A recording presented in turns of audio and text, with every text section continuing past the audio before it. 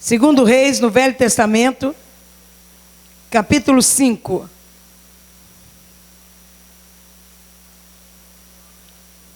No Velho Testamento, segundo Reis, capítulo 5.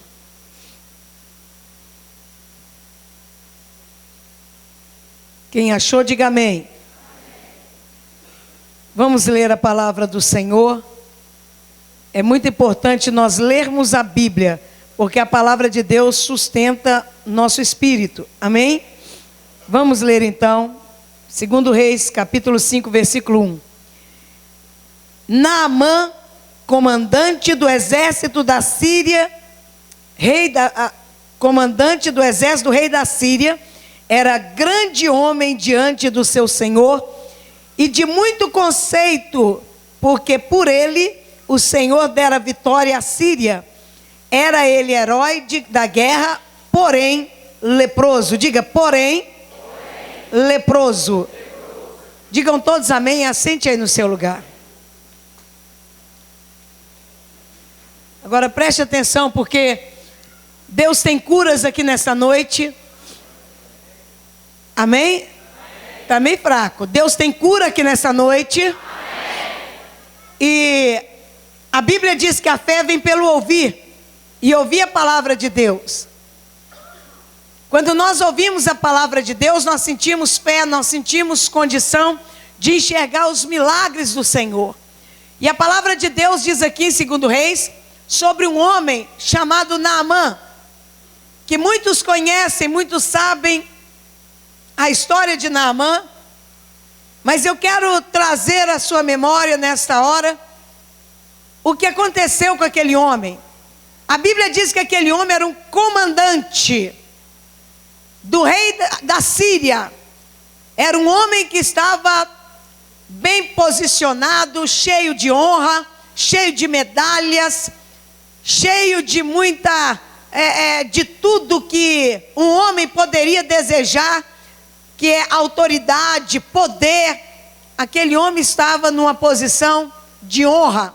Mas a Bíblia diz uma palavra muito interessante. Ele diz, porém leproso. Aquele homem, quando saía de casa para o seu trabalho, era um homem cheio de medalhas, um homem cheio de honra, um homem cheio de autoridade, mas quando chegava em casa, aquele homem era leproso. E a lepra naquela época era uma doença, como acredito que acabou um pouco desse preconceito, mas ainda existe muito. Uma pessoa leprosa, ninguém quer ficar perto. Era uma pessoa naquela época que era escondida, ela tinha que se isolar, ela tinha que sair de casa. E aquele homem, com toda as suas medalhas, as suas honras, aquele homem tinha uma doença incurável, uma doença que o levaria a ficar isolado. Meus irmãos, às vezes olhando a vida de Naamã, nós podemos imaginar esse porém. Quantas pessoas entram dentro da igreja, elas são pessoas de destaque na empresa que trabalha, elas são pessoas que realmente comandam um determinado setor. Quantas pessoas elas são bem resolvidas financeiramente, profissionalmente, porém, sempre há um porém. Porém, essa pessoa tem um problema incurável. Não só de enfermidade, mas quantos têm um problema no casamento? É muito bem sucedido lá fora, mas quando chega em casa, porém, ele está separando da esposa. Porém, ele está com dívidas, devendo todo mundo, devendo banco, devendo agiota. Porém, essa pessoa não consegue um emprego. Porém, essa pessoa não consegue um aumento de salário. Porém, essa pessoa toma medicamentos e não tem resolvido o seu problema. Quantos poréns nós podemos ver hoje aqui dentro desta igreja?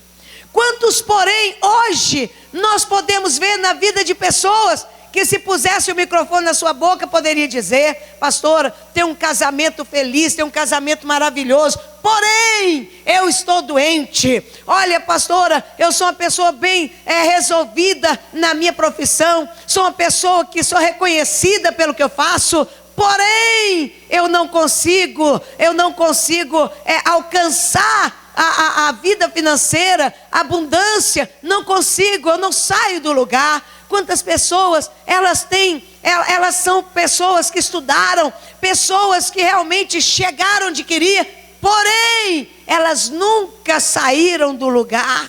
Quantos porém poderia dizer hoje? Porém, tem uma causa na justiça que não resolve, porém, tem um problema com a justiça, porém, está com um filho preso, porém tem um problema, olha, para ser resolvido. Quantos porém hoje nós poderíamos perguntar aqui para você, e você diria: pastora, realmente tem um porém na minha vida, tem um porém na minha casa, tem um problema dentro da minha casa, tem um problema na empresa que eu trabalho. Ah, pastora, tantos anos que eu trabalho nessa empresa. Hoje mesmo atendi uma mulher que está começando agora na nossa igreja, e ela disse: pastora, o meu sonho, o sonho que anos eu tinha, eu mais meu marido, um sonho, e nós agora realizamos o nosso sonho. Tem 10 meses que nós realizamos esse sonho. Agora, pastora, eu quero já fechar as portas do sonho. Eu agora não quero mais esse sonho. Eu não quero mais. E eu comecei a vir aqui para me fazer uma corrente, para a gente vender esse estabelecimento. E eu disse para ela: irmã, vem cá, será que é isso mesmo? Será que a resposta é essa? Você está aqui, já tem 5 elas da corrente que você está orando para vender esse estabelecimento. Não é seu sonho? Você não sonhou tantos anos? Mais de 12 anos que você e seu marido sonhava? Não é sonho? Deus realiza sonho. Aí foi conversando até ela chegar. Eu falei: vem cá, você não quer que ora lá naquela empresa? Você não quer que ora? Olha, pode ser uma inveja, pode ser um mal que entrou dentro daquela empresa. Ela disse assim: olha, uma pessoa uma vez até falou comigo mesmo que o tranca-rua estava na porta lá. Eu falei: está vendo? O diabo quer que você venda, que o seu sonho seja jogado fora, que o seu sonho seja desprezado.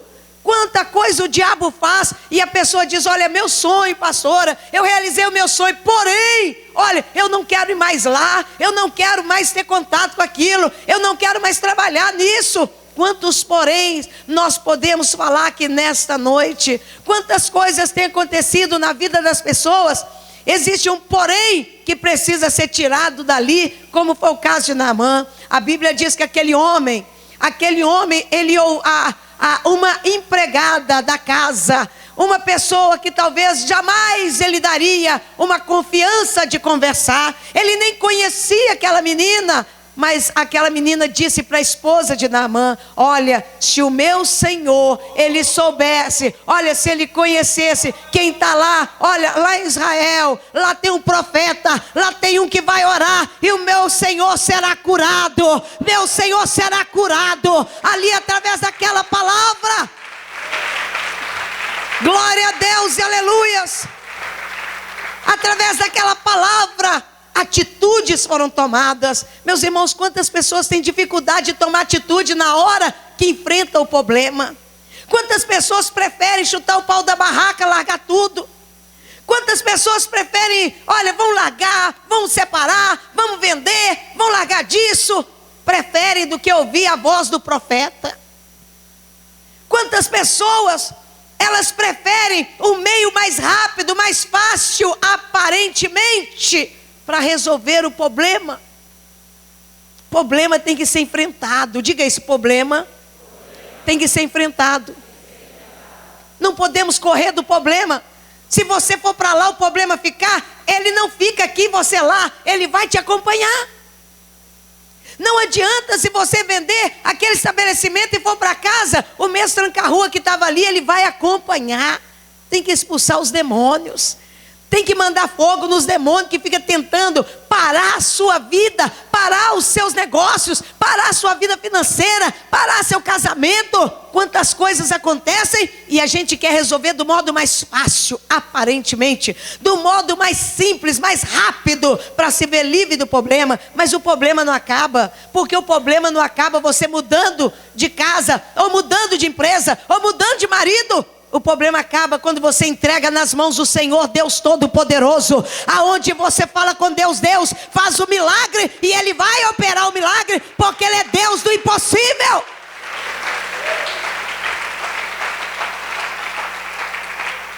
Aquele homem tinha um porém, e o porém dele era gravíssimo. Talvez você chegue para mim e diga: pastor, é porque a senhora não sabe o meu porém, é porque a senhora não sabe o meu problema. Eu quero te dizer que Deus jamais vai colocar na sua porta algo que você não dê conta de passar. Jamais. Quando a coisa está além das suas forças, começa a clamar a Deus, porque o diabo já colocou peso dele. O peso da dúvida, do medo, do cansaço, do esgotamento. O medo da sobrecarga, de arriscar, de tomar decisão. Quantas coisas precisam ser decididas na sua vida?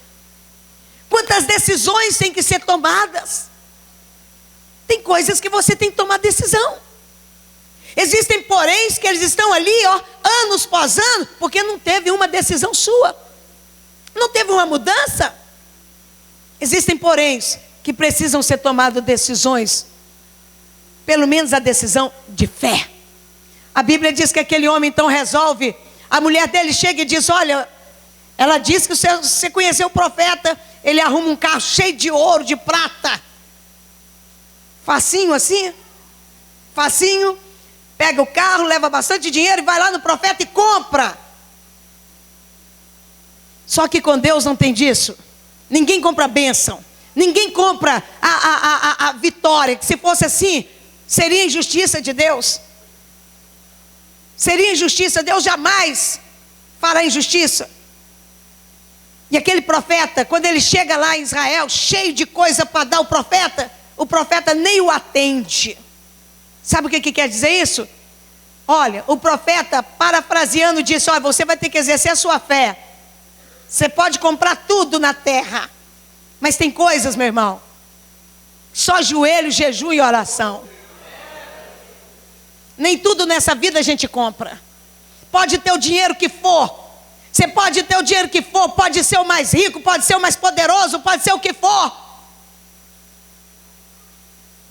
Que tem coisas que você jamais vai comprar.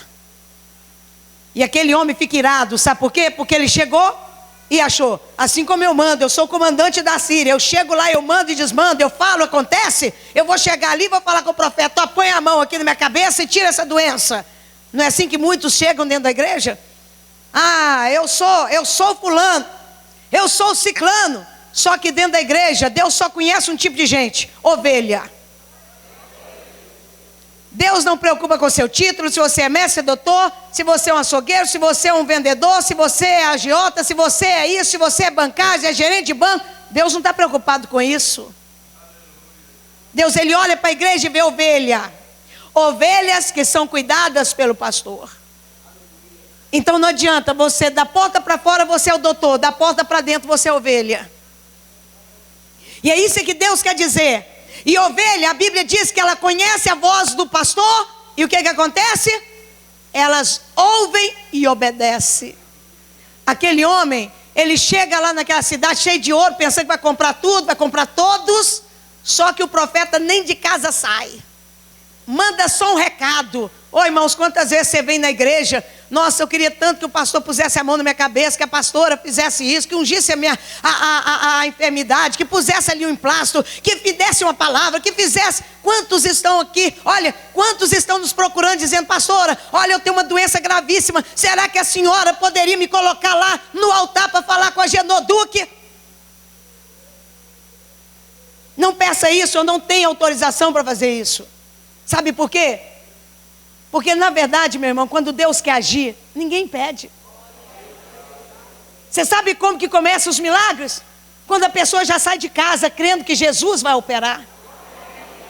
Sabe quando que os milagres acontecem? É quando Deus, ele disse mandou falar para Naamã: olha, o profeta manda um recado e fala fala assim, olha, vai lá, lava 7 vezes no Rio Jordão.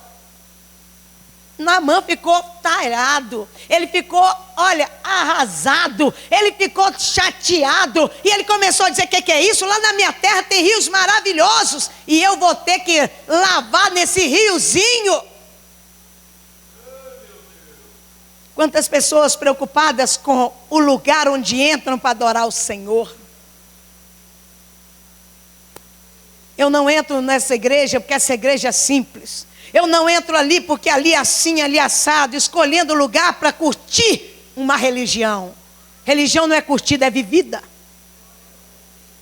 A vida com Deus é uma vida real, é pé no chão, é entender que Deus é Deus e nós somos terrenos. Nós viemos do pó e do pó nós voltaremos. Deus queria dizer para aquele homem, olha, vem cá, não é o profeta que vai te curar. Não é o profeta, não é a água do Jordão, é a obediência à minha palavra. Sabe quando Deus ele diz assim, olha, pedi, pedi, não recebeis porque pedis mal? Porque tem um monte de gente pedindo coisa que nem existe, pedindo coisa que não é o certo. Quando você diz, olha, eu estou aqui orando para Deus, olha, sumi com meu marido.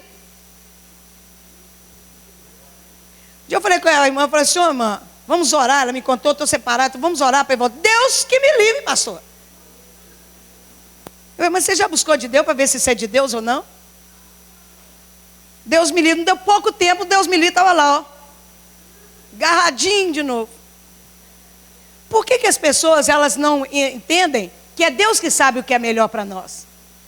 O que é o melhor para nós? Não é mesmo? Eu estava dizendo ontem no grupo de mulher, que uma mulher ficou viúva, o homem era o cão chupando manga. Aí, de repente, o homem morreu. Mas essa mulher chora tanto pela morte desse homem, o homem ficou bom de uma hora para outra. Aí um dia eu falei com ela, falei assim, irmã, não é por nada não, vem cá. O que morreu é o mesmo que só me contava as coisas, ruim? Não, porque o homem de repente ficou tão bom, só está desagradando a Deus. Deus fez uma limpeza na terra, Deus levou o homem, aliás, não sei nem se Deus levou, e a senhora chorando por causa desse homem? Pelo amor de Deus, você sabe que tem coisa que a pessoa tem que cair a ficha, irmã? Deus está te dando uma chance, uma oportunidade, um livramento. E você ainda está chorando, chora 1 ano, chora 2 anos, chora 3 anos, chora 4 anos. Deus está ali, ó, meu filho, tem tanta coisa boa para te dar. Tem pessoa que, tem pessoa que o namorado, aquele estrupício sai do caminho da pessoa, a pessoa está correndo atrás do estrupício, está orando para o estrupício voltar, mas que é? Mas que coisa! Isso assim você já cansou e fala, irmã, vou te falar uma coisa, pode ser o homem melhor do mundo, minha filha, pôs a mão no você, bateu, ô minha filha, ó, da linha. Para isso existe corrente, minha filha, para Deus consertar esse homem. Vamos fazer uma corrente para Deus trazer os livramentos. Agora, a oração, quando o Senhor ele diz para o profeta, olha, fala com ele, para ele ir lá, sabe por quê? Para o tupete cair, essa arrogância cair, para essa coisa que tem gente que entra na igreja achando que do mesmo jeito que ela trata lá na empresa dela, que ela lidera, que ela faz e acontece, ela já entra dentro da igreja dando as ordens. E se o pastor não tiver a direção, a rédea do negócio, ele domina. Porque acha que porventura tem um documento, tem um diploma, tem alguma coisa, já chega dominando dentro da igreja. O que é isso? Isso aqui não é, ó, isso aqui é o templo do Senhor. Aqui é o Jordão que Deus traz cura. É o Jordão que Deus traz libertação. É o Jordão que transforma a vida, que cura, que liberta, que transforma. O homem teve que ouvir de novo um servo dizendo para ele assim, ô comandante, vem cá. Se o profeta te chamasse e falasse com você assim, você tem que fazer uma coisa muito difícil, você não faria? Faria. Você já viu, irmãos? Quando uma pessoa tem um problema muito grande, A pessoa fala assim, vai lá no centro de macumba, traz uma galinha, traz um galo, traz não sei o quê, traz uma cachaça, traz mais 5 mil reais, e traz um giló, e traz uma bagunça só para pegar o dinheiro, e traz uns 5 mil reais. A pessoa pega emprestado, a pessoa vai longe, a pessoa pega no banco, pega com a agiota, olha, junta a família, faz aquele reboliço e leva para o pai de santo, para a mãe de santo, para a tia de santo, para a avó de santo, leva lá e não acontece nada. Mas quando se fala assim, ó, faz 7 semanas de oração aqui na igreja, a pessoa já começa a falar, ai que eu tenho uma consulta não sei que dia. Eu não sei o que, não sei que dia. Olha, eu não posso, eu acho que no terceiro, a quarta-feira, eu vou ter um problema. A pessoa, ela já começa a maquinar, como que ela escorrega como é que ela sai fora disso? Ela quer um milagre, mas ela quer que Deus, Ele se renda a ela, e não ela se render a Deus. Ela quer que Deus se renda a Deus, olha, é eu, ó, sou eu. Como assim? Quem é você? Você é o pó. Quem é você? Eu nem te conheço. Mas Naamã teve que se render. E a Bíblia diz que aquele homem teve que tirar a roupa, coisa que nunca tinha feito, as medalhas estavam no peito. Aquele homem teve que tirar a roupa e entrar naquele rio e mergulhar. 1 vez, nada aconteceu. 2 vezes, nada aconteceu. 3 vezes, nada aconteceu. 4, 5, 6, nada aconteceu. Na 7ª, acredito que aquele homem estava ali numa batalha feia. Vai lá, meu filho, vai lá mais uma vez. Vai lá. Se humilhe mais uma vez, é só mais uma, Naamã. E chega na 7ª, aquele homem mergulha. E ele sai limpo, curado, porque Deus entendeu que aquele homem abaixou o tupete. Deus entendeu que aquele homem agora estava pronto para o milagre. Deus estava dizendo, agora você está pronto para voltar para sua terra e falar que o Deus de Israel te curou. Você está pronto para testemunhar quem fez o milagre na sua vida? Ou você vai esconder o milagre? Ou você vai esconder e vai falar, não, eu andei indo na igreja dos crentes lá. Como que é que vai ser esse milagre? A Bíblia diz que o Senhor nos cura. Sabe para quê? Com propósito. Para que nós sejamos testemunhas dele aqui na terra. Que você nessa noite, nós vamos passar pela porta. A Bíblia diz assim, eu sou a porta. Jesus diz, eu sou a porta. Quem entra na porta, sabe o que acontece? Encontra pastagem. Ninguém que entra por Jesus passa fome e necessidade. Ele diz, você vai encontrar o que você precisa. Sabe o que precisa nessa noite, amado? Que você volte à fé.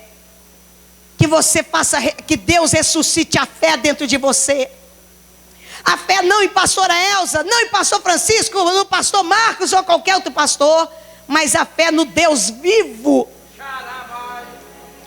que morreu, mas ao terceiro dia ressuscitou, está vivo. Ele que tem poder de salvar, de libertar, de curar, de transformar a vida. Ele que tem poder de mudar a história. É nesse nome que nós vamos orar aqui agora.